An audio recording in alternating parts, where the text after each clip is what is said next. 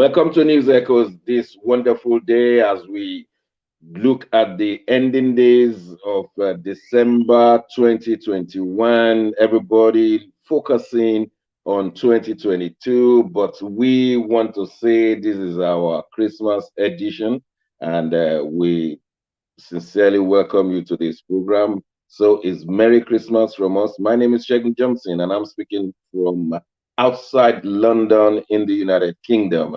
I have my other colleagues wishing to wish you a Merry Christmas. In the eastern part of London is our in-house researcher, Nat Yako. Nat, you're welcome to the program. Much and good morning to the Christmas edition. We want to thank our teaming supporters and viewers for being with us throughout the year 2021. And we have this opportunity to send our season's greetings, wishing all viewers of SSM very Merry Christmas and enjoy the Christmas. We must look forward to a great 2020. God bless you all. Thank 2022, looking forward. In far away Abuja, our friend and colleague is there, Dr. Sita Anyemeka. You're welcome to the program. Thank you. Thank you so much. This is Nigeria, and the Christmas is already in the air.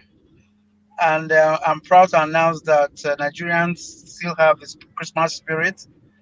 We want to wish you all a very happy holiday, because for those of us here, we thank God that we are alive to see the last season of the year in Nigeria. Thank you so much, Dr. Shegun. Thank you, Ambassador Yako. Thank you, Mr. Massive Godwin. God bless you yes. all.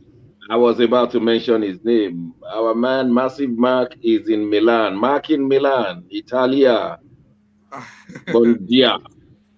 Buongiorno, buongiorno and tutti. Buongiorno, buongiorno. Merry Christmas. Buon festa. We say buon festa. Thank you very much, Dr. Yes, thank you very much. The great man, Dr. Sita, Dr. Nat. It's a beautiful season. It's cold actually here, very cold. We are doing some minus here in Milan, but it's still the season of festivity and a merry period. So we're not allowing the cold to rob our holiday spirit. Thank you, Dr. Shegun. Thank you very much. You are not the only one on minors. We've been running minors for the last 3 days. Only Osita can say that he's not on minors. Dr. Osita, how is the weather in Abuja? It's cold by our standards, but it's I like that. cold by our standard. The truth about it is that we're just here. This morning is a little light cold, but as soon as it's noon, the sun is up in the and then we are all feeling hot again. You're looking for shelter, but we're happy. Okay. It's the season to be happy. The normal Nigerian spirit. Yeah, you suffer, you smile. Well, I join my colleagues to say Merry Christmas and looking forward to New Year. Yes. So it's been a wonderful time. Well, here in the United Kingdom is about Omicron and Boris and parties, and many people have been infected in their thousands in the United Kingdom with Omicron. But I must say that they are not dying. They are not hospitalized either. Only one person has died of Omicron, and many people are questioning why they should put us on lockdown, because the experts, the science experts, have been saying there should be more restrictions. And Boris on his own is having all sorts of challenges. He's lost 2 by-elections. He's lost face, and people are asking for his resignation for the first time. He's losing support. Were it not for the Labour Party, we will have lost support on his bill presentation last week. Nat, you are in-house researcher. How is Omicron and Boris pattern affecting the governance here? Well, I think Boris is now using the Omicron situation to buoy up his political existence. He wants to make sure people have Christmas, whether Omicron or no Omicron, whether Delta or not Delta. As long as you give the British people their Christmas, they will be quiet for the next 1 or 2 days. But thereafter, uh, it's a we prepare for a very stormy 2023, economically, socially, politically, health wise. 2023, we You should mean brace up. 2022? 2022, sorry, 2022, we should brace up. And so we're looking forward to very Merry Christmas, but thereafter nobody time will Okay. tell. So I had him yesterday saying that he would not touch the Christmas, but he has lost authority, where we define authority as the relationship between the governor and the governed. I mean, people are challenging his authority. Why should you be there? Many people died last year while you were partying. You were having different kinds of party. Now, images are being shown, even images taken from number 11 Downing Street. He's lost a lot of grip, hasn't he? Yeah, yes, and even especially within his party, the Tory party, the Conservative, they have started whispering or even talking loud about leadership challenge. The Yeah. individuals are coming out to talk about it, and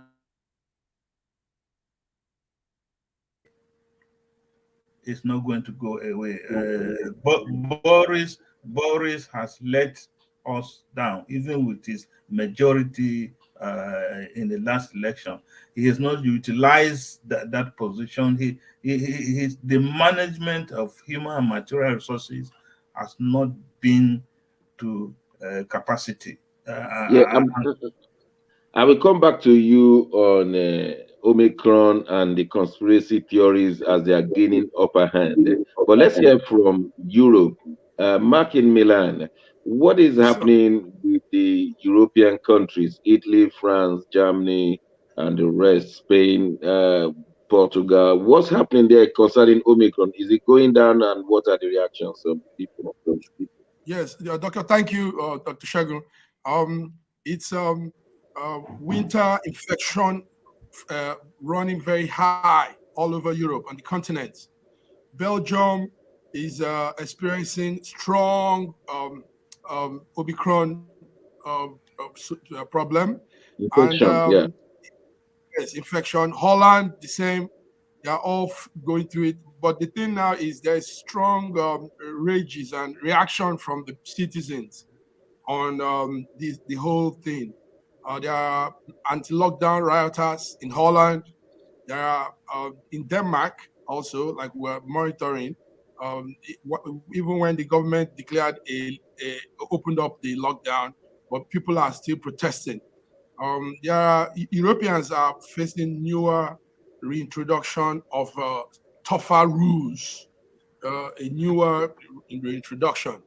Thousands of protesters marched through Brussels during the week and clashed with police over tight restrictions. Germany also have confirmed that Britain should be added to the list of the high-risk country as the variant is taking shape there. So we did also we did our own diagram um, map on this, and it's really serious. It's really serious. The Omicron is moving very strong around Europe. In Italy, we have 375 cases. In Austria, we have about 345 cases. Switzerland, Is it cases of infection or cases of deaths? yes. UK is both death and infection. Switzerland, interestingly, has jumped from nowhere and has a high number of it too. Switzerland. And Portugal has about 400 people been infected. France has close to 1,000 now infected, Ireland is following with the UK. Ireland, the small island, Dublin, has very strong Omicron cases there too. So it's a very serious Let me thing. ask you. I've not been reading the European newspapers lately. Either L'Occidental and all of those. I've not read them lately. But let me ask the conspiracy theories. It appears they are gaining ground. Many people have started believing that is about controlling the people, that they're using the Omicron and coronavirus to control the people, to restrict the people, that the powers that be could enjoy life without being challenged in a democratic circle.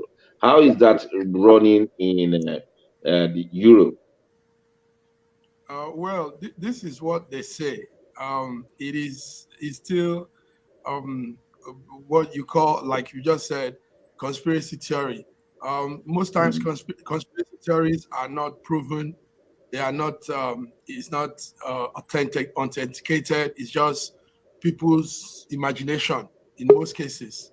mm, So we don't want to look at that because of a true people are the infection is increasing. It's people are getting it. People are taking getting the virus. So if there is a conspiracy theory on this, the conspiracy theory will be where did it all come first from?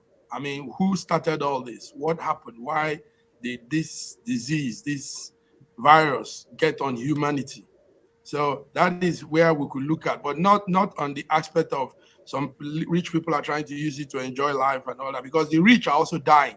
Yesterday, a very prominent rich man died in Spain. A musical group, an opera. He sings opera, and he's in the class of the elite. But he died, and Did he she died die also. of Yes, COVID? of COVID. Yes, and that, strangely, after taking all the jabs, even the booster jab.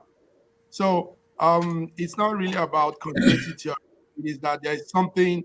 There's a big virus which on Earth dealing with humanity. But the thing now is the government of the world doesn't seem to understand how to go about it. They don't seem to know what could bring the solution. You know, they are just guessing, trying, and making flukes, political fluke, and Thank you, Mark. errors. Thank you, Thank sir. you, Mark.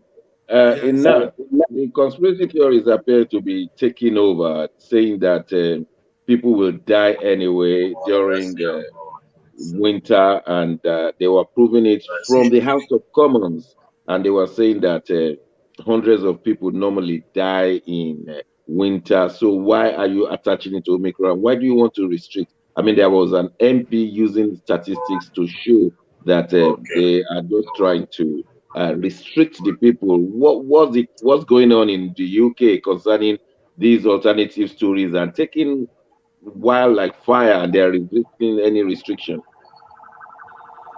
Well, the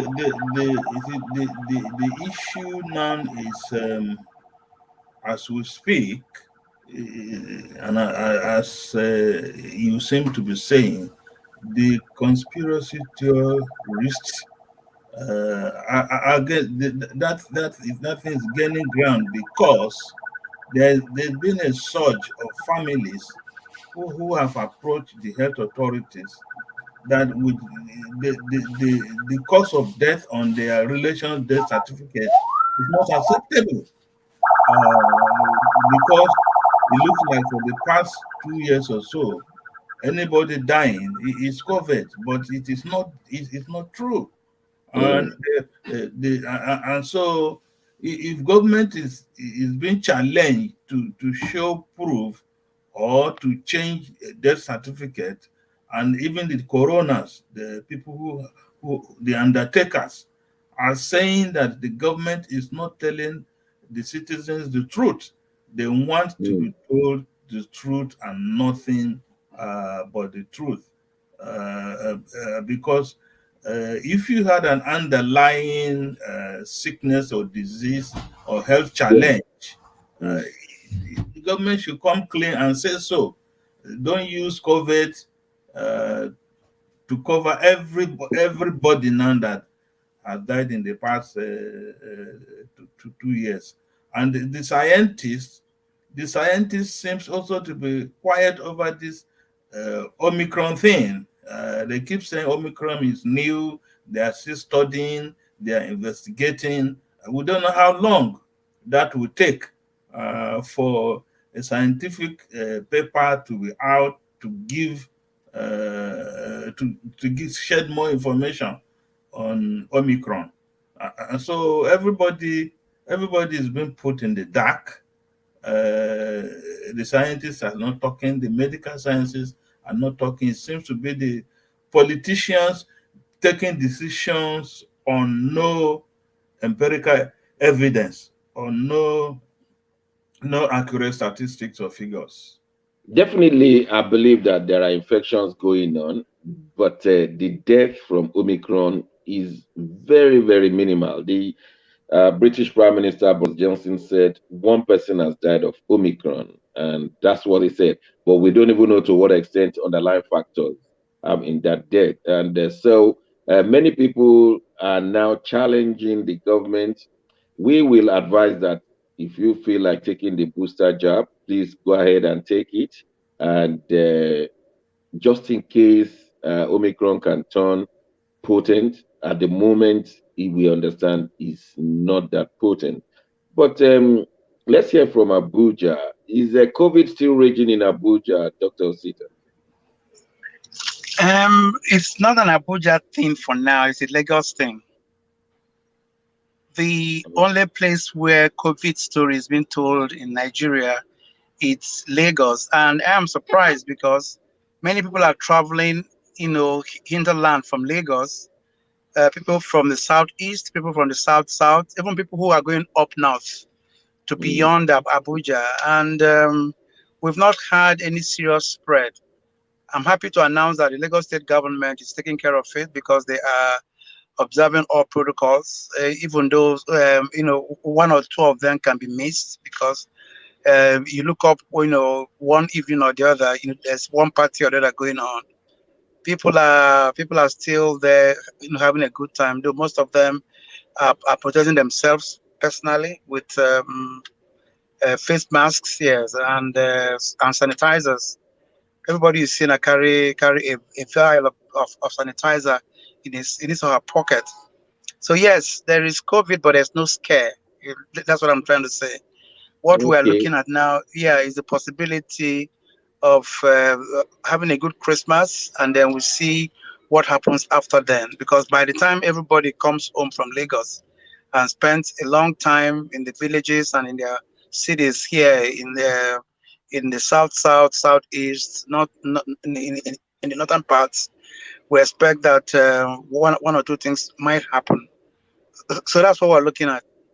Okay, I think the what you said concerning possibility of taking it from Lagos to hinterland is a good one, so Yes. that people should be cautious when they get home. And, all right. Yes. Everybody traveling now is taking precaution, even though the transporters, they have thrown caution to the wind. They are not, they want their vehicles full so that they can get, premium cash for carrying passengers. Of course, But naturally, Nigeria. maybe when we review when we review the situation by January, by end of January, really, we might find some changes and differences, to report. Yes, After then, I then we just can deal with. wonder what Sanwo-Olu can do in Lagos State during the Yuletide season. There's no way he can stop Lagos people from having their parties during Christmas. Absolutely, That would be a absolutely. tall order. The And before you parties know it, are going on, and then once in a while we find some of them being cautious, but for some, the caution is thrown to the wind. It's amazing, but that's what we have. all So right, thank you very much. We'll just switch on yes, sir. to England, what is going on. The Queen of England has not been seen in public views, and there are so many issues people are discussing about it. Nat, you want to bring us up to date? Well, what is in the public domain? What is just being speculated, or say what we don't know, Mm. or say what we don't have any Any concrete information, concrete official information. evidence, yeah, Mm. or authentic information. I will put it that way. But what we have, what uh, the the publicity, or what we are receiving from um, the royal family news outlet is the queen has been advised to slow down. What I mean, slow down, cut to a great extent her public engagements, and as we all know, she has moved from Windsor to no from Buckingham Palace to Windsor. And I Mm. what the explanation given was that Buckingham Palace is in the middle of the city, and because of COVID, she wanted a place more of an isolation place from Buckingham, and she's been there now for almost more than 1 year or thereabout. But that is really distance has not hindered performance of the royal duties delegated, and we at least we saw her last year when the Edinburgh old man, Duke of Mm. Edinburgh, passed on. She was at the Windsor Castle for the funeral rites. People have spotted her a number of times, even driving her herself. But again, these are undated events. You don't know what took place, when, how, and where. We've seen her, in company of Prince Charles, Mm. knighting a Formula One champion, and so these are all speculative. And again, we are in the age now where news just emanates from nowhere, and the news go Yes, out. yesterday there was this news that she will not even be leaving the Windsor Castle for Sandringham, where she normally would have spent the Christmas. That would be the first time in recent years. So she'll be staying there, and many have been saying her case. She's getting weaker and weaker by the day. Most of her performances have been virtual, and so we saw her receiving papers from the Nigerian High Commissioner only on virtual facilities. So she's not been how she's not been very well. Let's just put it that way. And it was Prince Charles that handed over the knighthood to Louis Hamilton. You think is it not the right time to hand over to Prince Charles? Well, that's a decision to be made by Her Royal Highness the Queen, and Is there any I, constitutional thing when she is diminishing in responsibility that she should hand over? Or well, we just have to wait and wait again, diminishing responsibility would depend upon her, and not what the public will say. and not And what the government will say? So the uh, government has no hand, no no, say. government has no hand. The government is the government of Her Royal Highness. So But she, but but we have constitutional issues surrounding the royalty herself. I mean, she could not just hold yeah, on to it. the constitutional issue will be taken care of, or rather, plans. I'm sure plans are laid down to handle such issues when they come up. We are aware that she also had delegated a lot of her duties to Mark, I mean, to Charles. And we Yeah, remember on 2 or 3 occasions in the past few years, Prince Charles has they went together to the Parliament to either to lay to leave the reef. Yeah. yeah, Yes. I recall that one. Yeah. Yeah. So we cannot say that the queen is sitting too tight or trying to be queen for life. And at 95, we should still appreciate that she's still around. All right. We'll just leave it. We wish her well, and we'll be watching out this space. As soon as we get something, we will definitely let. Yes, Mark. What would you like to say? Just add a little thing to that. I don't know if Osita wants to say something. It's a monarch thing, and I don't think it runs like government in per se. So I think the handover thing doesn't happen in that case. It's probably until she passes on before it happens, because No, but it can happen. She can abdicate, Yeah. gently abdicate, and hand over to her son.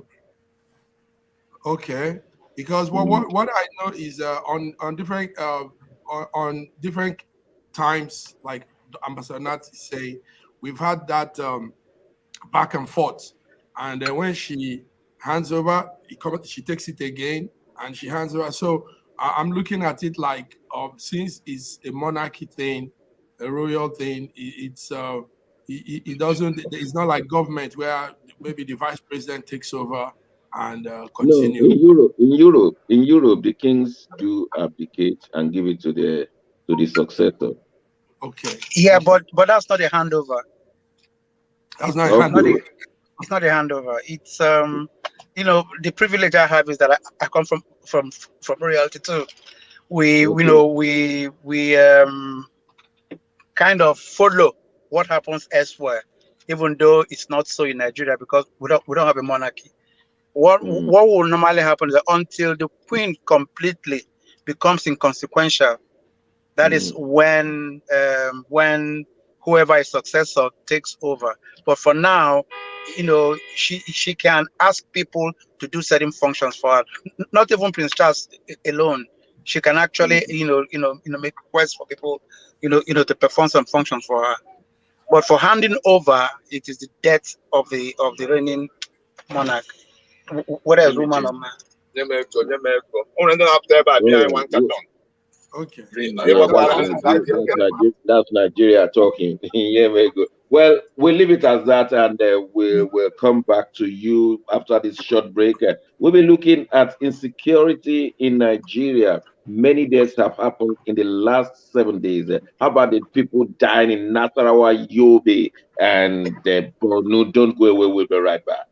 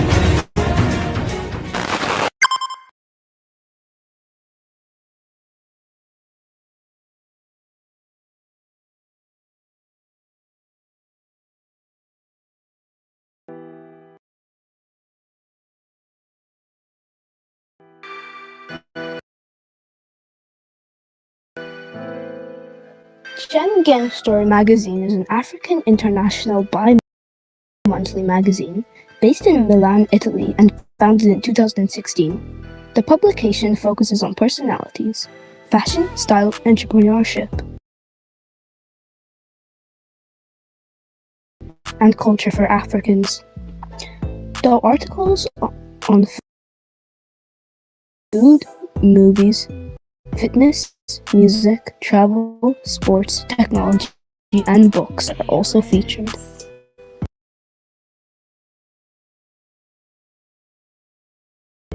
Our lives full of best stories. What can happen in a month? Expand your mind, change your world. Get Schengen Story magazine's full editions. Celebrating Africans make an impact. Read the inside story. Your fashion magazine for a better lifestyle. Inspiring stories for you. Your monthly dose of entertainment. A better mind keeping you updated. Hashtag Schengen Story Magazine. Get Schengen Story Magazine full editions.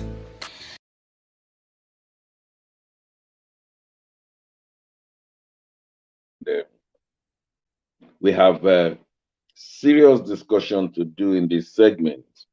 The Buhari administration is noted for and will be noted for insecurity in Nigeria. Many people said they wanted a general that would push away Boko Haram, banditry, kidnapping, arm robbing. Unfortunately, we have not seen it being done in the 7 years of administration of Buhari. Each year, everybody has thought it's going to be better, but that has not been the case. In the last 7 days, there have been kidnappings, robbery, and a whole luxurious bus was hijacked yesterday, only yesterday, and all the passengers abducted. The other week, it was a whole luxurious bus that was burnt with the travelers inside of them. And if this is not lack of conscience, we don't know what it will be.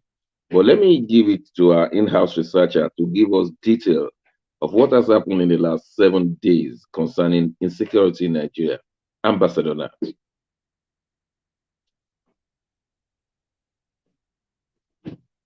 We have seen or we have heard from public space, despite of killings, destruction, human beings, properties, is now an ongoing thing. It's happening daily, and some of these cases are not even being reported. Well, but as of last week, the past 7 days, the Nasarawa state, which is in the north central geopolitical zone, has witnessed a lot of killings and it's still going on. We are talking of more than 45 people killed in Nasarawa state, in Awe and Doma local government of Nasarawa state. And then we still have killings going on in Borno state, northern Borno, and there have been many attempted attacks on Maiduguri, the state capital. So if the Boko Haram are within the hinges, who are within the perimeters of Maiduguri, the state capital, then it's a very, very serious challenge. Yobe State still also in areas called Gadam. Gadam is in Yobe State. There have been a number of deaths in Yobe State, not to talk of Zamfara State, Sokoto State, and even Kebbi. People are being killed every other day. Niger State, the same thing is happening. People are being killed. Innocent people are being killed. Farms, crops being destroyed, houses of people being set ablaze, and so this is what is going on, and as Dr. Shegun Johnson has said, the issue of a luxurious bus hijacked and people kidnapped in the southeast region is very, very serious. We know that in during this end of year thing, these kidnappers, armed robberies on the increase.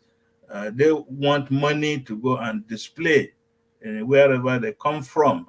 That's what they understand as Christmas.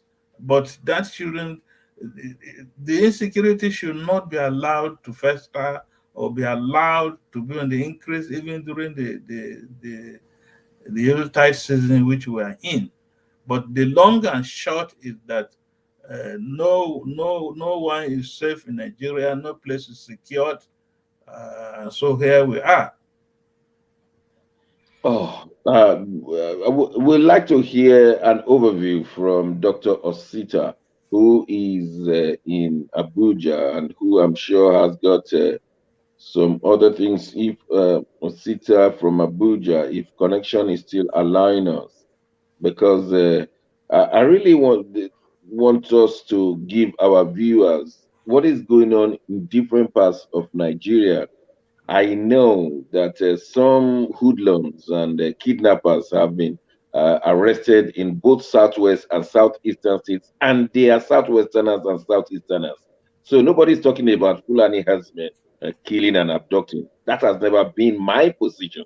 My position is that any herdsman that is killing anybody whatsoever that is abducting should be dealt with according to the law of Nigeria. So nobody should politicize abduction or any other thing. But Dr. Teta, you are in Nigeria. Please tell us how happy should we be now concerning security in Nigeria? Okay, wait. It's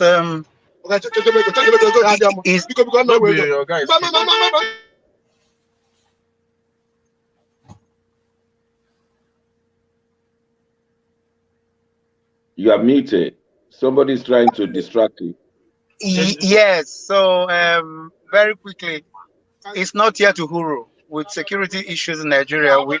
We don't have anything to celebrate. Not Christmas, not happiness, not joy. Because for some of us who are waiting for our people to arrive home in the south and in the southeast, the story has been so different.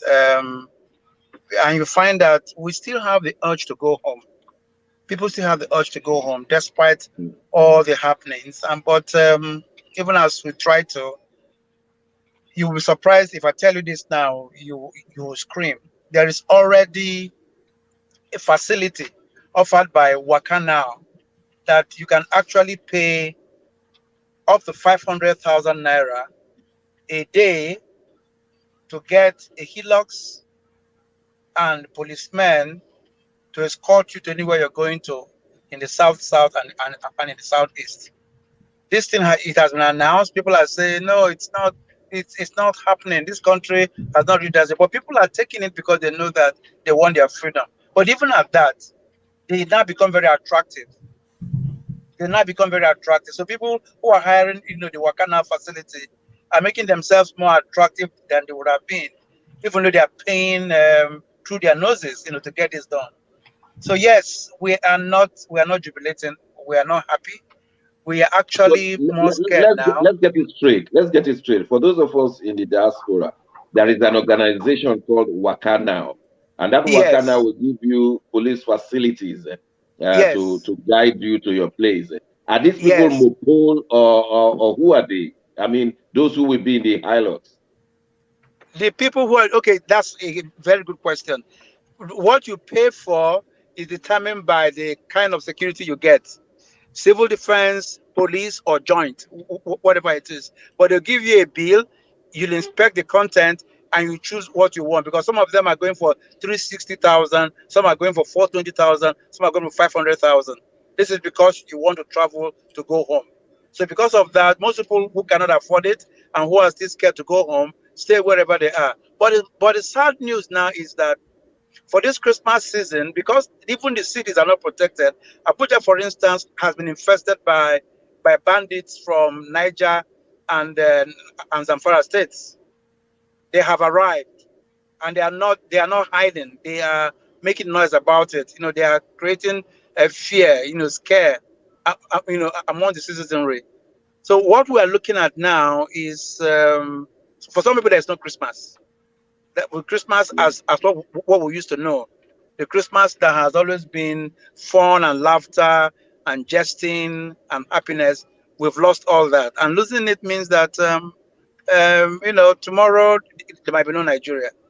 As a matter of fact, too, let me keep saying matter of fact, we have examples and stories of people, just like Ambassador Nat said, people have become so terribly scared that we don't even know who is doing what anymore.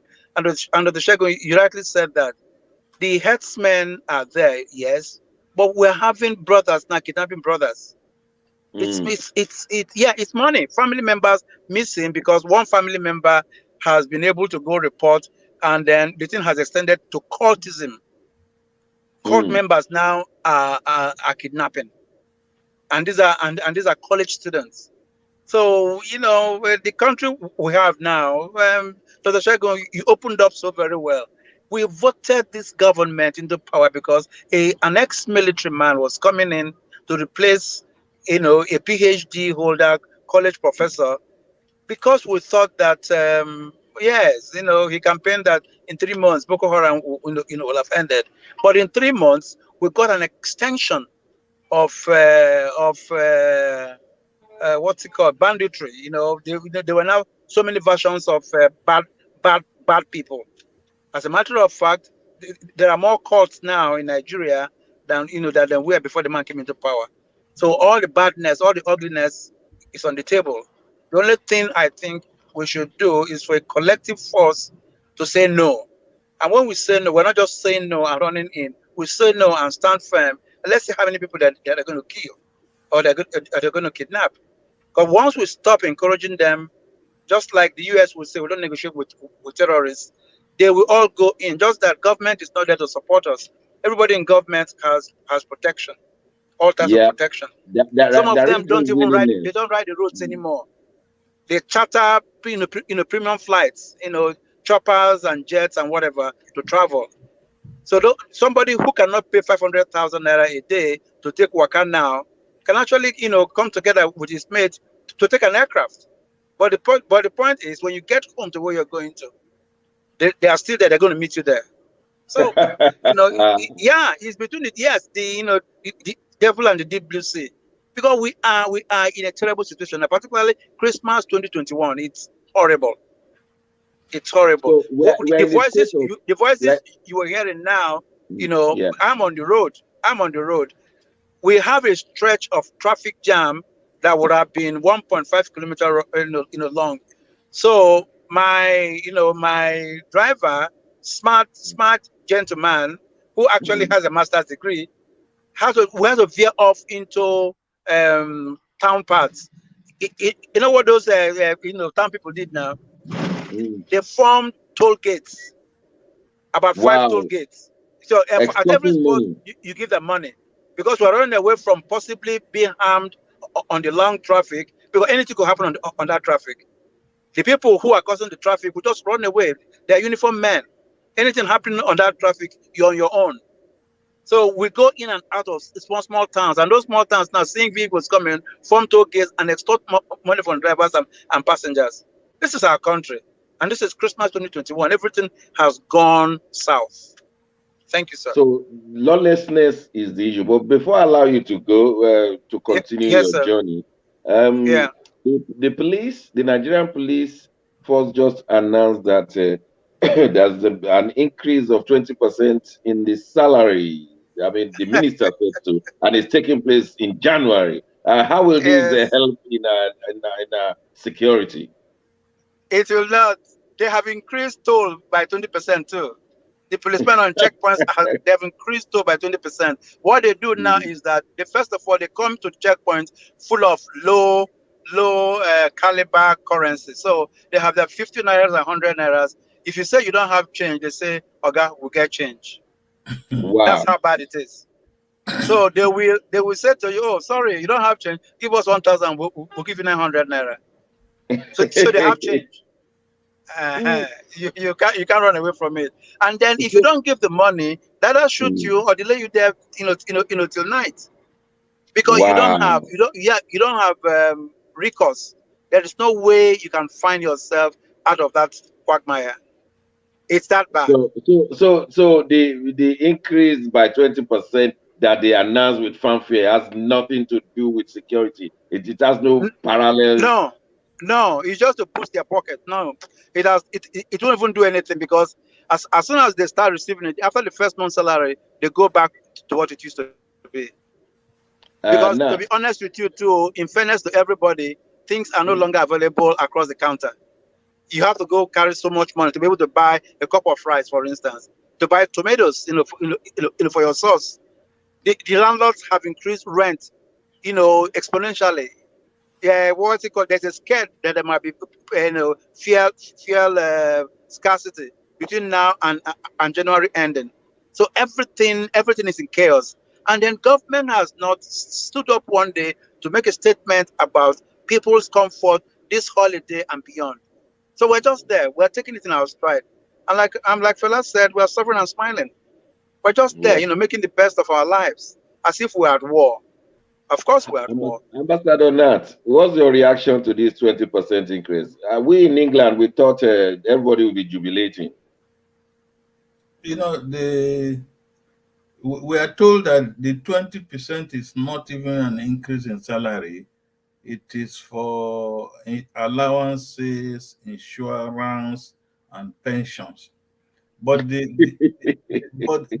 basic line or the bottom line is, you even with the 30,000 naira per month wage increase at the federal level, can 30,000 naira take you home? The answer is no, because I understand that even a bag of rice now, depending upon which variety, is costing nothing less than 30,000. Some of them 40, even 50. And so, where's the balance that will take you home? You have children in school, you have rent to pay, you have municipal bills to pay, electricity, even when there is none, water bill, and so many things. So, and with the police, the issue is not increase in salaries. Recent studies in motivation is salaries don't really motivate people again. What motivates people is their welfare.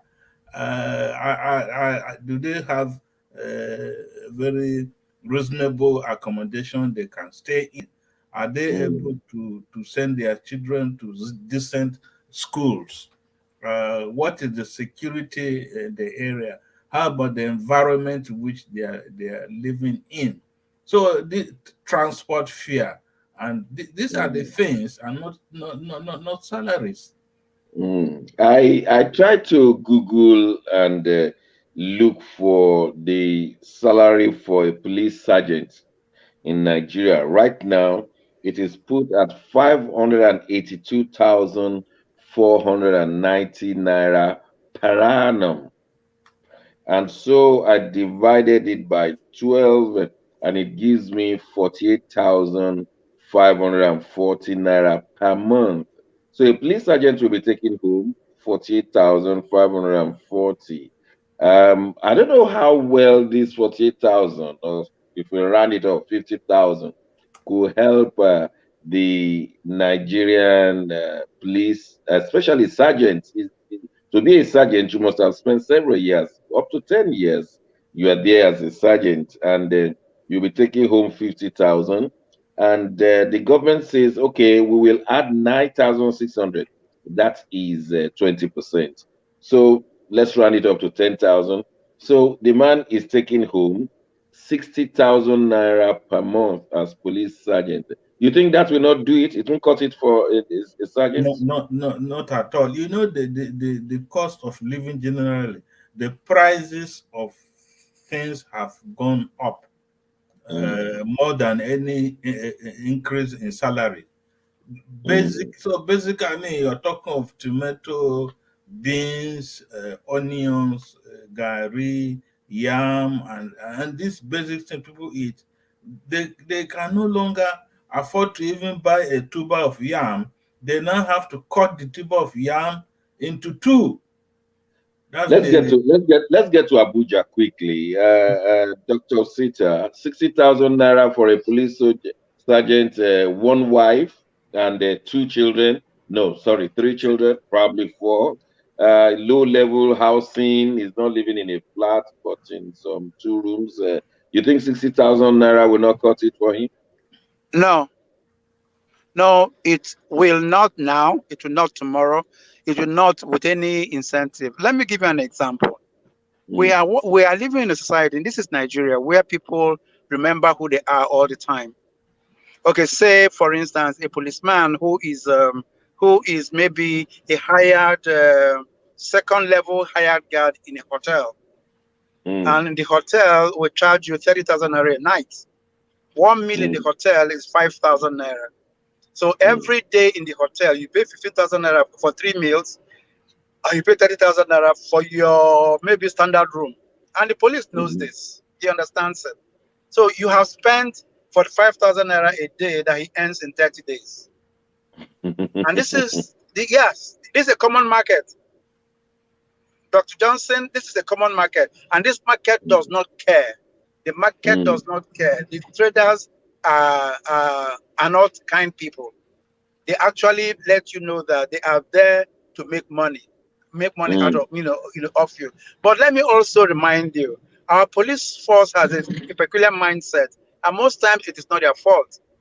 This thing you're saying about one police sergeant, one wife, and 3 children is not true. A sergeant, even if he has one wife, has more than those number of children. Because in that barrack where he lives in one room with all his children. And then in that same barrack, he sleeps with his wife. The children are listening. So the children even bring home some, some children, because they go out to practice what they learn from their parents. So that man will have wife and children and grandchildren that you might consider not ready for. Because I've seen it happen. It happens to my friends, to my staff's parents. So what we're talking about is a country that does not take into consideration the psyche of the people who live in there. And believe me, these big men use the policemen. They use them. They are their security. They are the ones who carry guns around, do their patrol thing, jump in and out of their vehicles, falling down, dying, killing themselves without insurance. And then by the end of the day, you are saying to them, be nice. I don't think any policeman will be nice in Nigeria. I don't think so. Because there's no reason why he should be nice. But Dr. Sita, you've been around for a while and you've been a journalist for many years. Today, you are a proprietor of a university and so many things you've done. Why is it difficult for us to govern? I mean, the act of governance is absent in Nigeria. What is that difficult that we have not been able to govern ourselves? I mean, it's a shame, and I'm so ashamed of saying it publicly that successively the Nigerian governments have not been able to govern and provide a secured country. What is our problem? Our problem is readiness. We're not prepared to govern. And this is being raw honest. We're just not ready to govern. We are still there in our infancy and primacy, trying to steal and make name for the immediate environment where we belong to. And people just hail us, they thank us, and because we want to be little gods. Leadership is sacrifice. Governance is sacrifice. Nobody in Nigeria has that mindset to sacrifice. All we're looking for is an opportunity to become the person that everybody look up to, so that we'll be hailed as being powerful. There is nobody who is looking for, what's it called, seat of power that has an intention to help the next person. As soon as they walk in there, and this is for, like you said, this is for a very long time. So let's not put it to PDP, APC. We have seen it happen. As a matter of fact, Kochebo's time, that was the story. As a matter of fact, in the military era, that was the story. As a matter of fact, what we are seeing now is an inheritance from our yesterday. On just that, at this stage now, there is so much lackadaisical attitude towards it. Nobody checks anybody anymore. The best journalists that we knew, yes, yeah, the best journalists that we knew became press secretaries to people in power and changed the rules of engagement. Anybody you see now being spokesman for anybody in power has been a journalist condemning it before. But now they are there cursing other journalists out, making them look stupid because they are just making money. And it's so sad because that is the problem of governance in Nigeria. Oh, thank you very much. I was about to say that in other countries we hear of heroes of yesteryears, like Winston Churchill, like Abraham Lincoln, people who surrender their lives that their country may march on. We have not got to the position of having heroes who turned the ship around, who cleared the mess of others. Because whoever we want to run Nigeria must be prepared to clear the messes over 60 years. I'm telling you, you can imagine somebody, according to Fela, who have been pooing all over the land and 60 years, and it has to be cleared by someone who will not mind dirtying himself and getting a big, massive truck to carry mercy. I think that's where we are, whoever is coming in. But Nigerians don't analyze like that. I'll say we want someone who will clear the mess. Nat, in 1 minute, you think we can get such a person? It is going to be extremely impossible. Because what really happens, you might get into the seat of power. You have an agenda. You want to do things right, but your loads of advisors, ministers, commissioners will just not allow you. Society will not allow you do what is good for the society. Yeah, if we have someone who has a vision, you say you don't allow me to do it, I crush you and move on. We've seen leaders like that who will say, "Look, I'm not looking for your good opinion. I'm looking to do a job." They're called visionaries. They see they have seen a better Nigeria and they want to reach there. But where you say somebody will hold you down, then you have not seen. There will always be obstacles. But we want to see, we'll go on a short break. When we return, we want to look at electoral laws. Why is the electoral bill not signed by President Buhari? What are the intricacies? Will the National Assembly be fighting the presidency? What do you think will happen come 2023 when this electoral bill has not been signed? Or will it be signed? What are the issues? Don't go away. You need to know something that is going on in Abuja right now. We'll be right back.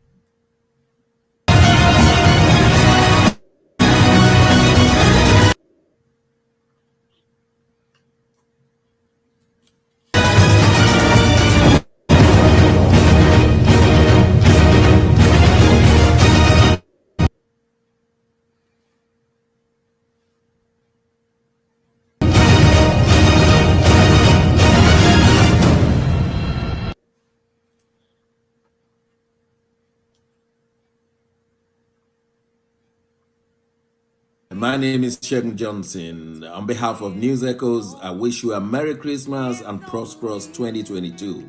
I believe that the year 2022 will be a year of abundant blessings. Mark my word. Bless you all. It is all.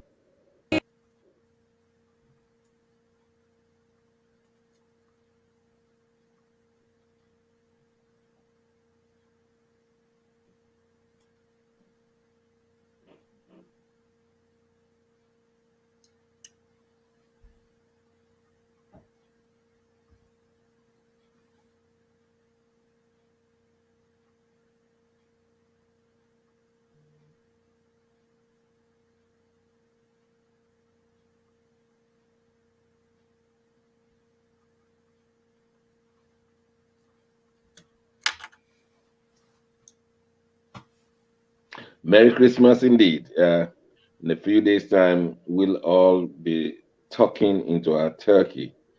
The electoral law the electoral bill was passed by the National Assembly, sent for assent to the president of Nigeria, but he refused, rejecting it on certain issues. And we want to have a look at that so that we can determine so many things that will happen in 2023. Let me leave it to someone who has been researching on this. Ambassador Nat, you have dealt seriously into this. Can you please inform our viewers how their life is being determined by the two arms of government, the legislature and the executive? Well, let's start with the legislatures make good laws for good governance, and the executives execute laws made by the legislature. The electoral law is a document that spells out the rules of the game. It's about how do you do primaries, how do you conduct elections, how do you recruit political leaderships who will be in leadership for 4 years or thereabout. And 2021 is Buhari in his second tenure. This is the fourth time he's rejecting this electoral law. In his first term, I think 2019 or thereabout, he didn't sign the electoral law 3 times, to and fro. And so the same electoral bill that is being worked on has been rejected now for the fourth time. And at all the time, the president is bringing one excuse or giving one excuse or the other. So as we are now, and the importance of this electoral law cannot be overemphasized, because that is the process you use to recruit political leadership. That's the process you use to also recruit legislators. And so the issue now is beyond PDP, APC, Buhari, or even the political parties. The issue now is with Nigeria. Are we ready for democracy? Do we really want to practice democracy? Do we really want to get elected in the office Nigerians who know what it takes to legislate or to be an executive? And so so Buhari rejecting this particular legislation for the fourth time, and the reason he's giving now is this issue of direct primaries, insecurity, undemocratic, and so many other things. But I think that is not; these are not the real. It's more of politics than being democratic. It's now the legislature, especially the National Assembly, Senate versus the governors, the governors, because the complaint has been that the governors have hijacked the political parties that determine who is going in for which office during an election. And so we'll come to that because this is going to affect Tinubu in his ambition, isn't it? But let's yeah. ask the man. Let's ask the man who is in the federal capital, Dr. Sita. The president has rejected the signed the copy of the electoral bill. How do you read that? It's peculiar because it's become such a political pawn in the hands of the president. He's been doing that, and nobody has been able to do anything strategic or drastic about that. As a matter of fact, journalists are not even allowed to do, a seasoned analysis on that because the journalists in his team have taken that over, trying to create acceptance of that kind of conduct, which is recalcitrant. But the truth about it is this: anybody or everybody who wants to strive in a chaos always creates the opportunity to sustain that. Why? Because the rules of engagement are thrown to the dust. What the document would have established is what happens when there is an election. What happens when you prepare for an election? Who is guilty when something goes wrong with an election? It will have been a general document of practice that would have given us the power to say no to areas where we can't find in the document. Take for instance, we just found out now that even APC did not support Andy Oba on the elections in Anambra State, and he was to go to court with it. He actually went to court with it when he didn't have the power. He didn't have the Mandate. yes, he didn't have the mandate from his own party. So the man knew that because there are no laws, because there's nothing anybody can do to him, to him, and having been representing the power, sorry, the party in power, he thinks that he could just be a small god. But luckily, the laws are prevailing. Courts are saying that it did not happen. So must we live our lives having to hand over everything we do to the courts? That was what the bill was supposed to establish, so that nobody is in doubt about any part of the processes. But in our country, the way we are now, standing on the existing chaos that has been created, by people in power, we don't have that anymore. As a matter of fact, if I tell you now, the sentiment on grounds in the federal capital, in the commercial capital, Lagos, and even in some of the major cities in town, is that 2023 is going to be another issue. Even though INEC is saying that we promise you that we're going to do something differently, we can't see that because INEC will have to operate based on what is contained in the bill. So where are we? We are still in Nigeria, the same country where nobody cares about any other person. Everything that is done now is for the people in power, they are hoping that they're going to be there forever. But nobody is God. It has happened before. Everybody that we know that had established themselves like powers to be forever, they are always ousted. God has a way to make that happen. So we're looking forward to God. To Do you answer your think the question, National Assembly will override Buhari's position? no, they will not, because that was the allegiance that was created. That was why they make the National Assembly the puppetry of the executive arm. They actually will go to him and kneel down and say rank dede, and then they create an opportunity for him to know that even though he's executive, there is also the Lord of the Manor, in other arms of government. As a matter of fact, we're just saying legislature and executive. What about the judiciary? What have they done in the last 7 years? The same story.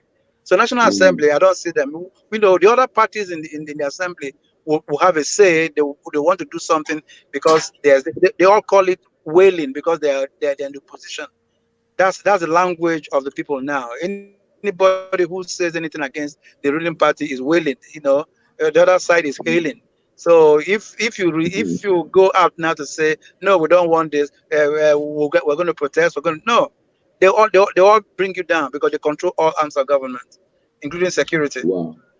Thank you very much, Ambassador Nat. This directly affects Tinubu because he was a major champion of direct primaries. Now that the president has rejected it, and we heard Bajabiamila yesterday saying, "Oh, we are going to amend this rejected bill to reflect the position of Mr. President." Do you think Tinubu is losing grip slowly but surely? Well, I will say yes, slowly and surely. It didn't start yesterday. It didn't start this year. It started when they were reviewing their voters register, because that's what they said they were doing. And you remember that Tinubu and Baba Akande, the participation man, they were against the registration exercise. They were against everything the caretaker committee was doing. And so with this bill not being signed, again, it is even clear there are losers and there are winners. And the governor seems to be celebrating. Even one or two governors who have been fighting Buhari have congratulated Buhari for rejecting to sign the bill. And so you now find out that we might end up as we did in 2018. The presidency or the president saying it's too close for the election. The Ekiti elections are coming up in June or July 2022. And so what are they going to use? And thereafter, July, Osun State. So we now have two states lined up for elections in 6 or 7 months' time, and you don't have any electoral law. You use the old one that was used to bring Buhari into power. It was direct primaries whatsoever. So this is where we are now. And as I have said a number of times, we really don't have any National Assembly legislatures, because the way they got into the office, they were appointed in the office, and they have to queue behind Buhari, and they will have the chairman of the National Assembly, Senate President, have said anything Buhari brings, they will approve it. And I'm told that now, let's get to the nitty gritty. Yesterday, he was begging the senators not to disgrace Buhari. That's the Senate president. Yes, because if they have got 75 senators who have signed, and we have 109 senators. So if they are really serious, then they can override the president. But if not, we are back to 2018. Wow. We look at what is going to happen in 2023, another presidential election. And we know that Tinubu is running and is doing everything. But it appears that things are going against him. One, like you have told us, the governors have ganged against him. And in the social media, we see prominent people now talking on behalf of Tinubu. I'm talking of Professor Banji Akitoye, saying that Tinubu is about the best politician around. And you know that Banji Akitoye is for Odua nation, doesn't believe in one Nigeria anymore. But he said if there should be election today, any election today in Nigeria, Tinubu should have been the person to be the next president. another prophet of some substance said Tinubu is the only person who should be in. Now, these are Yoruba people trying to push forward the Yoruba electorates to receive Tinubu as their next president. But at the central level, Tinubu is losing ground, looking at the ganging of the governors, this rejection of direct primaries by the president, and the North have not yet spoken whether they're going to support Tinubu or not. To what extent do you think Tinubu is losing when you take into consideration my participation written by Baba Bisi Akonde, which is now being challenged that Tinubu stole his money, and he's challenging Tinubu to tell us where he got his money. He said also that Bisi Akonde stole his money from the government, and he's challenging them to tell the government. In fact, he's asking the FCC to run after them. Nat, where is Tinubu on this? Well, we haven't seen him, or we're not even heard from Tinubu. It is because if you have less than 1 year to presidential elections and you are saying you are still consulting, you are either deceiving yourself, but definitely not deceiving the people. And what is really happening? All these groups from the north, what they are doing is going to Lagos to declare support for Tinubu in Lagos. Shehu Sani has challenged them that any of them in the north, let them go and put Tinubu's poster in their residence, and they see what will happen. So you mean that is not accepted in the north? That is what it means. If anybody putting up his poster in the north, Kano or wherever, they will burn down your house or residence or your property. So the issue, and I think what Tinubu is trying to do is trying to play to the gallery, or trying to be smart by half, because he hasn't declared. And if at the end he discovered this is unfavorable, he will tell the world he never declared to run for presidency. It was following after Obasanjo style. It was his proxies who were swaggering and doing all other things. So this is where Tinubu finds himself now. Tell us about Akonde's My Participation. Or My Participation in Life. It's called My Participation. The day after the launch, the next day, so many, and incidentally, it is within the Southeast prominent people that are coming to challenge Baba Bisi Akande for the content of his book, My Participation. And people like Pa Adebanjo, that's his name. Yeah. Right from the beginning, he said people like Bisi Akande was nowhere to be found when they were fighting for the military regime, and that he is not in their class of politicians.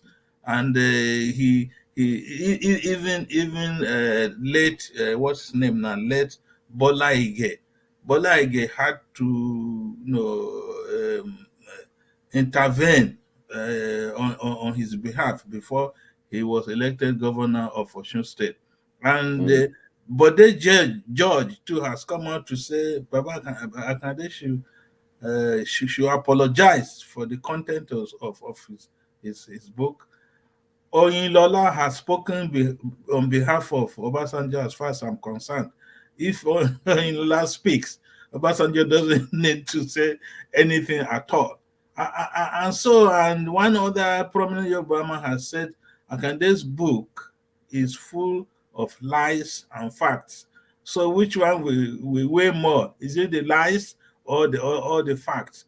And Adebanjo has given us the details of how he acquired his properties, his land, anything he has in life. He has for the record, Akonde said that it was Tinubu that built Adebanjo's house. In And Lekki. Adebanjo came to say, no, I sold a property to buy this, to build this property. I mean, very clear terms. And then he challenged Tinubu and Akode to come and tell the world how they got their money. Yes. How they got their money, how the properties they own now in Nigeria and abroad, how they got the money to either buy these properties or how. And the alpha beta issue too has been around for some years now. And we know that Pa Adebanjo has consistently over the years been calling on Tinubu, let him come and give account of his stewardship as a two-term governor of Lagos State. What business has he been doing over the years to date? And Tinubu was present at the launch of my participation. He had what Bisa Kande said. He must have read the book. Now he has been challenged. It's likely to be an election issue because when he eventually, if he comes out, people will ask him the same questions. This money you are spreading, you are throwing around, where did you get it? That is, and I think is legitimate. We should know the source of wealth of our leaders. If they are going to be of service to us, we should know where they are coming from. I think Tinubu should come clean of what happened to him in the United States of America. People allege that he had to lose some properties to the United States government so that he will not be thrown into jail. We don't know the truth. We just want him to come clean of what happened to him while he was residing in America. Or don't you think so? Yeah, yes. I mean, this is what I'm saying. He has to give a clean copy, a clean account of his stewardship, right from when he was in America, came back. He became governor when he was not even the candidate for the party, and we were still talking now of body loan and many other. Let's ask Osita's view because he's in Abuja. See how Abuja is taking Tinubu seriously or not. Dr. Osita, is your next president Ahmed Bola Ashiwaju Tinubu? Go ahead. You mean the Jagaban, right? Okay, fine. Let me tell you. I'll tell you what I think, and I'll tell you what others think, and they're not far away. Tinubu is desperate, very desperate. I think he has seen himself as taking the salute for national days. He has seen himself as being sworn in, and there's a fanfare. But unfortunately, he's been the same person, the same cunning person. In politics, you declare on three levels. You declare to your family. You declare also to your immediate supporters, and you declare to the entire country.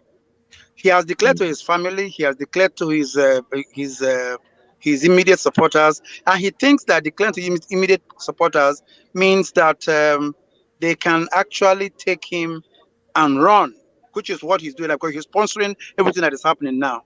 So unfortunately, he made a terrible mistake a couple of weeks ago to say that the North will not mind a Muslim ticket.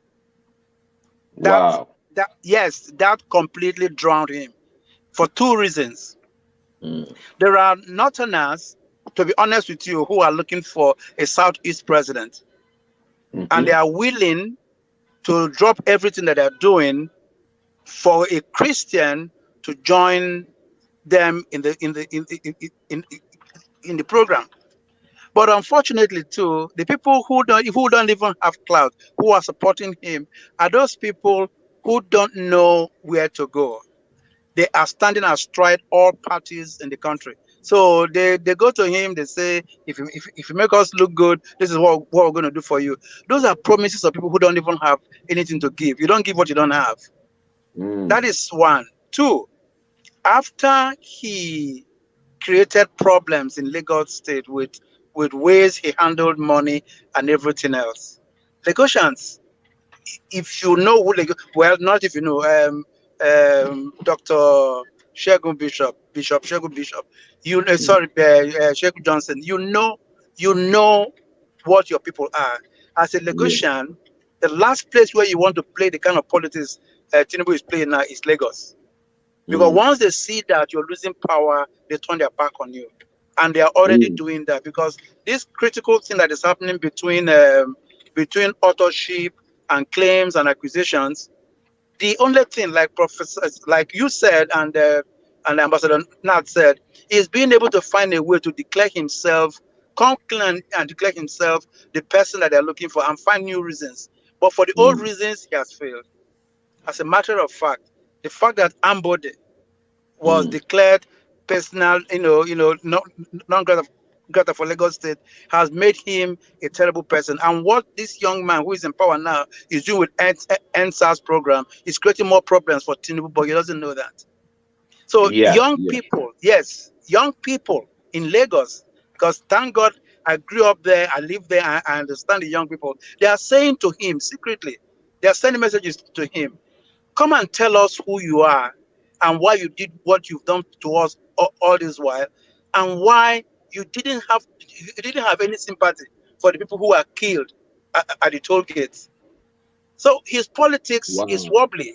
His politics is wobbly. And believe me, whether we like it or not, there is no other support that he can garner, more than people who are supporting him now, because they are all feeding fat from that large purse that he has. And that large purse, believe me too, is depleting. Because I don't think the bullion vans will find much money to carry anymore. Tinubu is trying. He is desperate. I have a problem. I don't see him. I agree with your analysis, but I have a slight problem with Lagos State citizens. They don't seem to respond when election is on, in the sense that I don't care who they put there. They're going to steal money anyway. Yes. So the problem is that Tinubu has got foot soldiers in Lagos State. His opponents in Lagos State have not got such. They are only on social media. Many of them hate the guts of Tinubu. But when it comes to the voting day, the only people you see are those supporting Tinubu. They will go there. They are foot soldiers. They will ensure that it's good there. But the majority of the people will not even go to vote. Talk less of voting. So you know why that is, right? Because 60% of the voting age in Lagos are Lagosians, but not from Lagos State. Yes, fair enough. That's the truth. Yes, that is who they are. And I'm talking about boys in Aspanda, boys in Alaba, boys in Balogun, boys in Yaba, boys in Tejuosho. These people just go home and they feel good. But after Ambode had tried to identify them, and the man in power now is disaggregating them, they now see the kind of power that they have. As a matter of fact, in the last skirmish that the boys in Alaba had with IGR, Lagos State IGR, these are boys who control 3 billion naira market on a daily basis, turnover on a daily basis. 3 billion. 3 billion is not 2 and 6. No. So now they know. Oh yeah, now they know their power, because somebody had come to them to educate them on their daily contribution to Lagos State. So if mine is if now, because I have not spoken to any of them directly. If they get it and they work with it and they go to town with it, the man is done. Because that's all those people, believe me, you, Dr. Shegun, those his foot soldiers are the trash area boys, because he's an area man. Yes, I agree with that. If there is substance of people, that is what the new campaign is now. If they stand up between now and the election of 2023, the man will not find a space to do anything, because whether we like it or not, NSAS has benefits. Huge benefits, because these are young people who are not even Yorubas alone, who have gone there to say something meaningful to the rest of the world, and they killed them. And he's using the man in power now to subdue those voices. And the man in power right now, Sanwo-Olu, we were told was a drug addict. I mean, Ambode said so. He said he till spent today now. No. currency. Till tomorrow, he doesn't go to office without a sniff. So I mean, So these were the things we know about him now that others told us, and so you have said it rightly so that the area boys will be used at appropriate oh times by yes, Tinubu and the oh rest, yes, and oh but yes. there is I also agree that Tinubu has opposition of over 60% in Lagos, but 60, they are yes, not 60. coordinated to come out to oppose him. Secondly, Good, when good. there was an election, I think in 2014, 9 PDP members became Mm, members of the State House of Assembly. 9. mm, And mm. those 9 were voted in the areas where we have south and southeast people in Lagos. People, That is yes, those, yes, Ajegunle, Festac, yes. Papa, Ojo, yes, yeah, Apapa, and there were yes, 9 of them. But what yes, happened? The 9 crossed over to APC as soon as they yeah, entered the House of Assembly. So what I'm yes, trying to say is that the voters are there to vote Tinubu out. Tinubu was very jittery when 9 members came from PDP, but since then they fizzled out. They were no longer interested. Akiolu, the Oba of Lagos, says stupid things that is going to throw them into water. Nobody yes, challenging. How could it yeah. should have been deposed on E- that? e- A whole Oba exact, of Lagos saying he's going to throw exactly, electorate into the water. I mean, what a stupid e- thing for an Oba to say, and yet he's still exactly. maintaining that position. Well, Exactly. What we know was what the Oba said. What about the threats to their lives by their mates in the assembly? Because you see, yes, these guys, their homes were constantly being what you might call harassed. So, and the only option for them to stay alive and stay in politics was to cross carpet. wow. And remember, when they crossed carpet, they had no voice because they were not even saying anything about what APC is doing. They were angry. Mm, This is Lagos. This is Lagos that we all live in. Go to Badagry and hear what they say about Tinubu. mm. Go Okay. to Ekpe. The issue is not whether he has power. Yes, he has power. He has the area boys, behind him. But the truth about it is that are they really, really, happy that if it's not for his money, is there any other thing that he has? Really? No. In That's the point. my opinion is not important. I'm just a That presenter is here. why he's amassing wealth. He's stealing it, and that is why he wants to become president so that he can steal everything else and then die. Die a miserable man. Because the man Yeah, we're talking about is very ill. yeah, yeah. And he spends more of Very his time ill. in England. Yeah. Very, very ill. Yeah. Well, we'll go on a short break right now. When we return, we want to go into social news. We understand that one youth copper knelt down and proposed to a soldier who was serving at the youth service call center and said, "Will you marry me?" And the soldier said, "Yes, yes, yes." The soldier was a lady soldier. The youth copper was a man, and they embraced, and the soldier was court-martialed immediately. As we speak, she's under arrest, saying that she has done the wrong thing. We want to give you the full detail of how youth corps supposed to make you meet new people and even get married to them has now become a sin in Nigeria. You don't have to go away. We go for a short break. When we return, NYSC versus the military. We'll be back.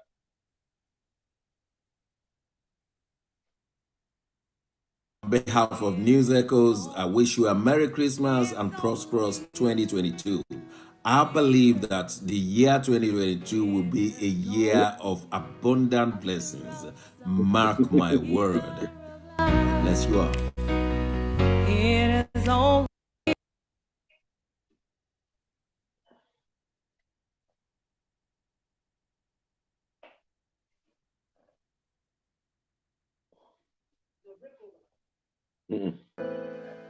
Gen Gang Story magazine is an African international bi-monthly magazine Based in Milan, Italy, and founded in 2016, the publication focuses on personalities, fashion, style, entrepreneurship, and culture for Africans. Though articles on food, movies, fitness, music, travel, sports, technology, and books are also featured.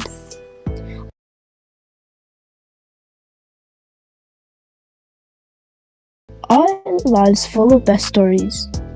A lot can happen in a month. Expand your mind, change your world.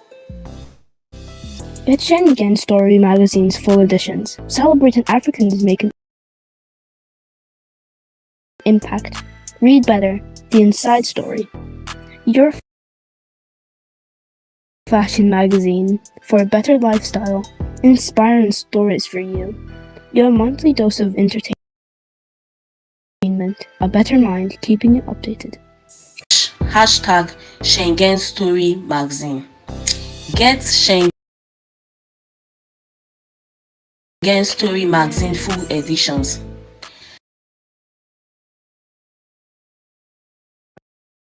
Facts and analysis, and you have an informed opinion. Do take a decision and make it concrete for the rest of the community. Is our Christmas edition, and so we're bringing you a load of news today, and it's for you to make up your mind. The latest we had from Nigeria was that a member of the National Youth Service Corps fell in love with a soldier who was training them. This soldier was a beautiful lady, as we have seen on the screens. And one day, the man knelt down. Will you marry me? And she said, yes. And the youth corpers were clapping, yes, yes, yes. And they kissed, and they, like all lovers will do. And we understand that what the lady has done now, according to the military, is against the law, that the military is a disciplined place, that no one should propose to them. And people have started in the last 72 hours posting where military men in their uniform were proposing to their lady girlfriends, and they were saying, yes, yes. The men never got into trouble, but a woman is in trouble for saying yes to a youth corps. What else is the essence of youth corps, if not for Nigerians to meet at that level and fall in love? When I was serving many years ago, you will be given extra 2,000 naira for marrying from the area you have taken. But let me leave it to our in-house researcher, Ambassador Nat. How do you copy this? Interesting times. This is Christmas season, so if you have Romeo and Juliet, playing out the Shakespearean book, it shouldn't create ripples or challenges in the military, because I think the problem is in the military. The Director General of the NYSC has said in the NYSC they encourage national integration, and marriage is one of those tools for integration. In the past, you have had NYC members befriending each other, getting married to each other, people from Zamfara or people from Ondo State. They meet in the orientation camp and they develop that bond.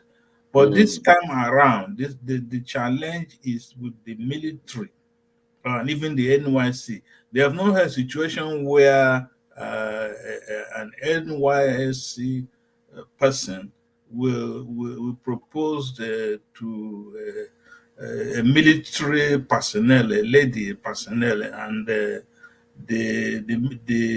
lady, Sophia is her name, accepts the proposal and will will have been on the moon to get married and go for a honeymoon. You see, but Yeah. the military They may have similar laws like the police, where a woman cannot get pregnant maybe in the first how many years or 3 so. years. 3 3 years years. in the police. We don't know what the military says, but where this is a developing story. It's a developing story, yeah. The And military where did you cannot. serve? Ambassador Nat, I know you served. Where did you serve? What state? I served in the old Oyo state. Okay, Ibadan was the capital. Let me ask you a personal question. You don't have to answer it. Did you Yes. see any lady you could have fallen in love with when you were there? Yeah, I saw them. I had one friend. You could have been court-martialed, you know. Where is no, they were all civilians. We are not no military involved or not police. military, but Yeah. it just did not materialize into marriage. No. But was that not the reason for youth corps to mingle and, like you rightly said? So we're still. But let's ask the man in Abuja, Dr. Sita. What's wrong falling in love? Is it join the army and never fall in love? Is that what it is?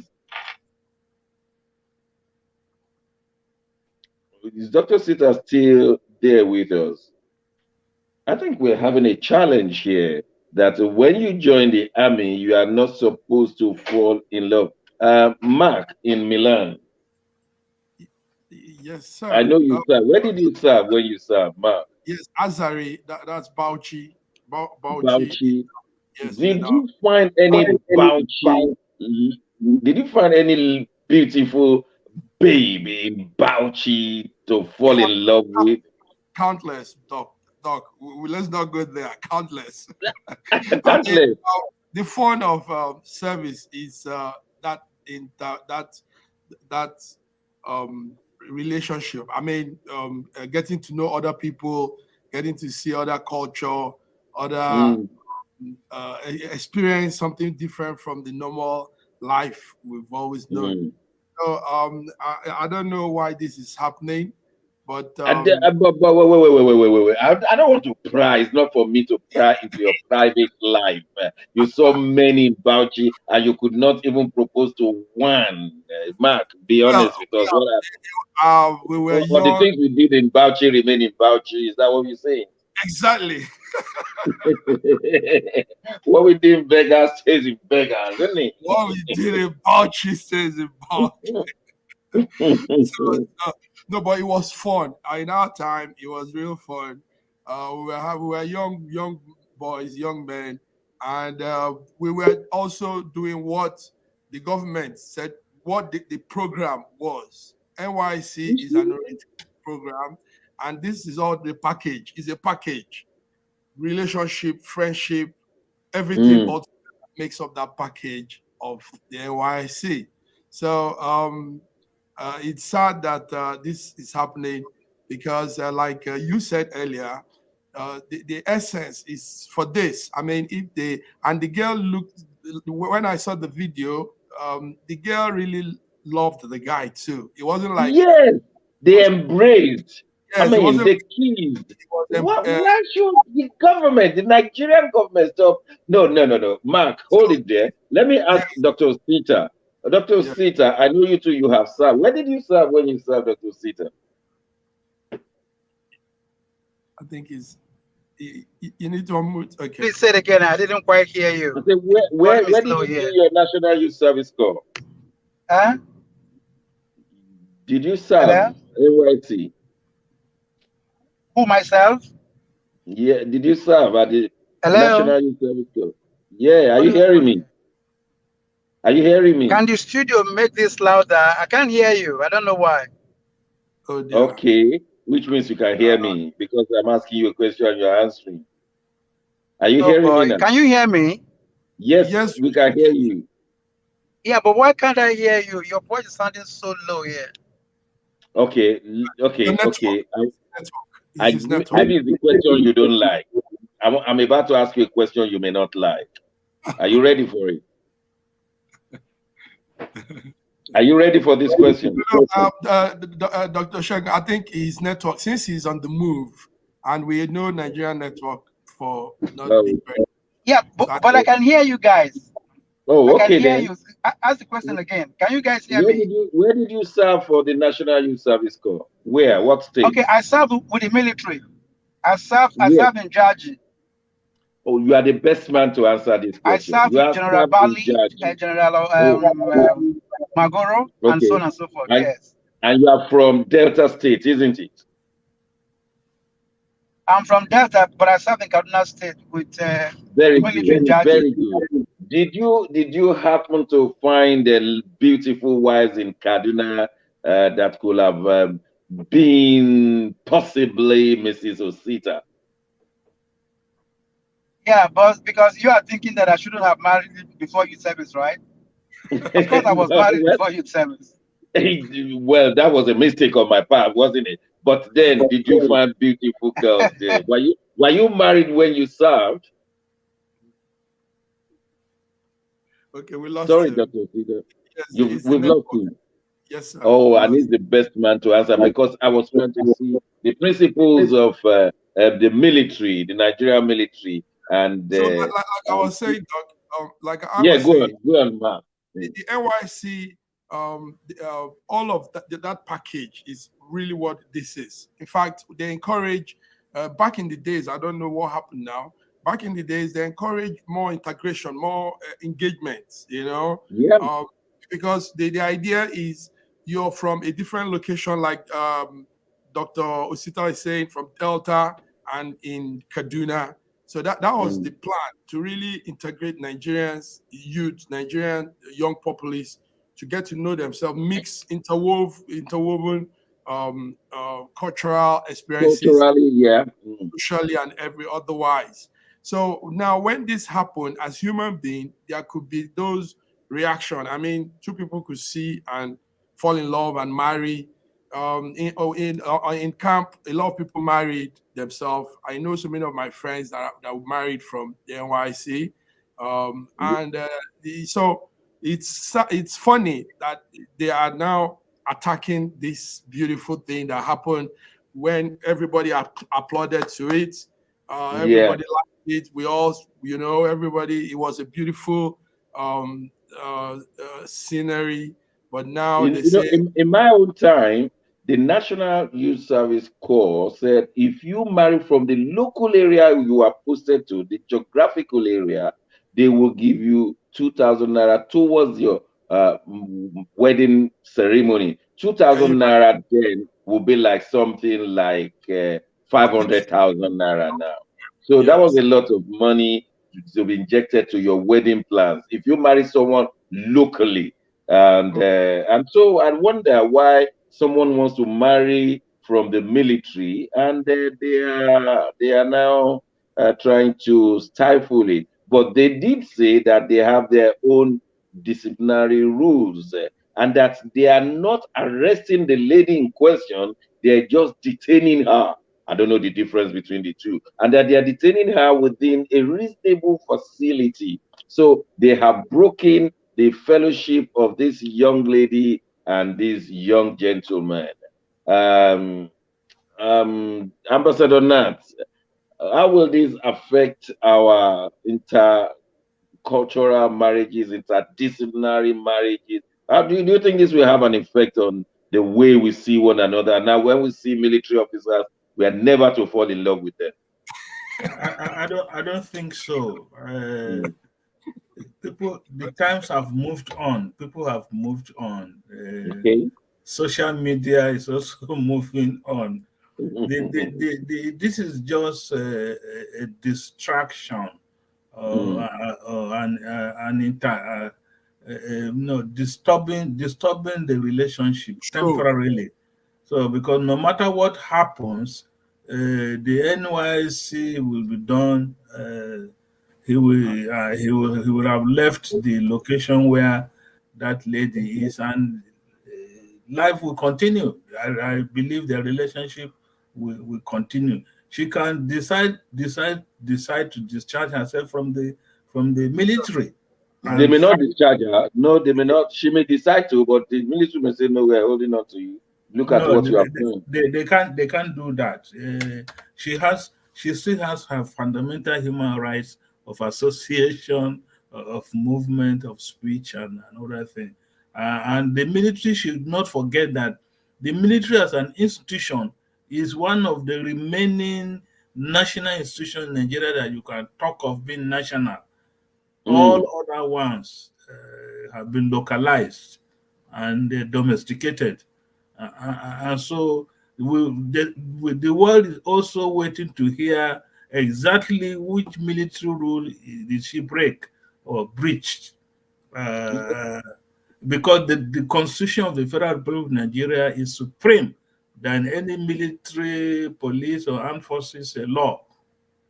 So the military is not even saying she cannot fall in love. The military is simply saying she cannot be proposed to, because obviously they must have been seeing one another, talking to one another, dating one another while in the camp, but not to be proposed to, because that appears that is a sin now, isn't it? Well, it's news in progress. It's breaking, but it's in progress. Okay, if the military, the Nigerian military that I know, once you have been arrested like that, they are likely to sack you or you discharge yourself, like you rightly say. How do you think this will affect the morale of the youth corps, the morale of this lady, and could this have an everlasting effect on their relationship? As I said, nothing has changed. It's going to the relationship is going to grow from strength to strength, because that is what it means. That they are just trying to put some temporary stumbling block on their way. But why should the military be seen to put temporary stumbling block? I mean, I'm talking seriously. Something that's natural.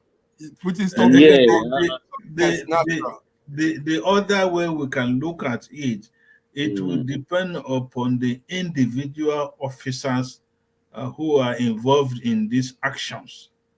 You won't be surprised if they also had their eye on the lady. That. Yes, I'm suspecting something like that, you know. So yes, I suspect that too. Yes, I'm suspecting something like that. And this lady might have been waiting for her husband to be. Look at her. Look at the picture. Look at her. The lady is beautiful. Some colonels and generals might have been eyeing her, and she's saying, no, no, no, I'm waiting for my own husband. And her own husband now came out in form of a youth corps, and she said yes. And now she's in trouble. I mean, what else will they want from this young lady? That's when I had the story. Yes, also that was what I came to my mind, that probably a superior in the army wants her, and she doesn't want that, you know. And now she has found her real love, and they are trying to put this. So that was my own corner too. But if we don't put a stop, and believe me, you guys are very correct. If we do an investigation, the strand of the military that is interested in this will fall, and they will cascade into liquids, because this is what the truth is. You know, there is somebody who is somebody that does not like that does not like the fact that he had been said no to, and then there's a yes to somebody who is nobody. You know, the truth is that is why most of them even go into military, because of this ultimate power. So there is no other reason. There is nothing. She didn't break any law. She didn't cause any riot. She didn't create any problem. As a matter of fact, she did the right thing by humanizing the military, because people always think that the military is not human. That's right. So and they are supposed to be the gentlest of all forces in the world. That is why you have a soldier and a gentleman, because this is what it's supposed to be. But the issue at stake now is that this is Nigeria. One, people do whatever they like to, and then because somebody is not happy, she pays the price. The boy pays the price, and we are paying the price because we are ashamed to discuss our own military outside anywhere else now. Just like every other thing in the country, you know, the same story. It's the same story. What's the salary of a youth corper in Nigeria? No. It's below 20,000 official. I thought they moved it to 30,000. Okay, yeah, okay, sorry. Yeah, it was 30,000, yes. Then for those of them who are lucky to have primary assignments, that will give them extra stipends, because it's not salaries, it's actually stipends. They could take home between 40 and 60. Because some of the companies, like the big companies, double their take, and then provide them with accommodation. Okay. Information reaching my table says a youth corper in Nigeria now takes 33,000 naira. Yeah. So this beautiful lady says yes to a man earning 33,000 naira. And probably, and that is as love per month. And that is maybe she has said no to a colonel or general that has millions and millions of naira. And so we should really support this lady. I'm so much power. Yes, and all the powers in Nigeria. And yet she prefers to go with a man who earns 33,000 naira, maybe with only 2 pairs of shoes. And if it's like Jonathan, he doesn't even have a shoe at all. And yet now it is upbringing, Dr. Shegun. It's upbringing. Wow. We should background and upbringing. There are still some very good girls in my country.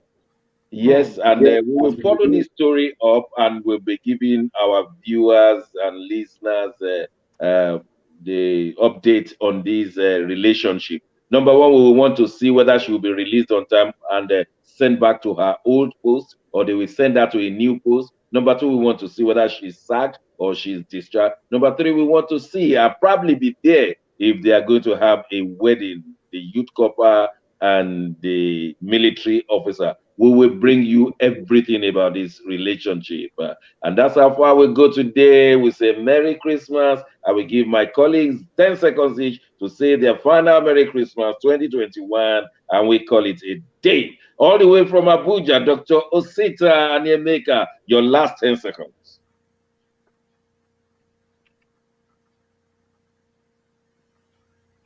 We can't hear you. You have to unmute. Okay, it's Christmas season, and it's a massive holiday season. People forget the fact that December it's Hanukkah, December it's Islam, December is Christian. So happy holidays, Merry Christmas, and massive blessings. God bless you all. Sir. Thank you, sir. Amen. And Ambassador Nat. Once again, we wish you a Merry Christmas and a Happy New Year. God bless you all. I never knew you could sing, Mark in Milan, how do you say Merry Christmas in Italiano?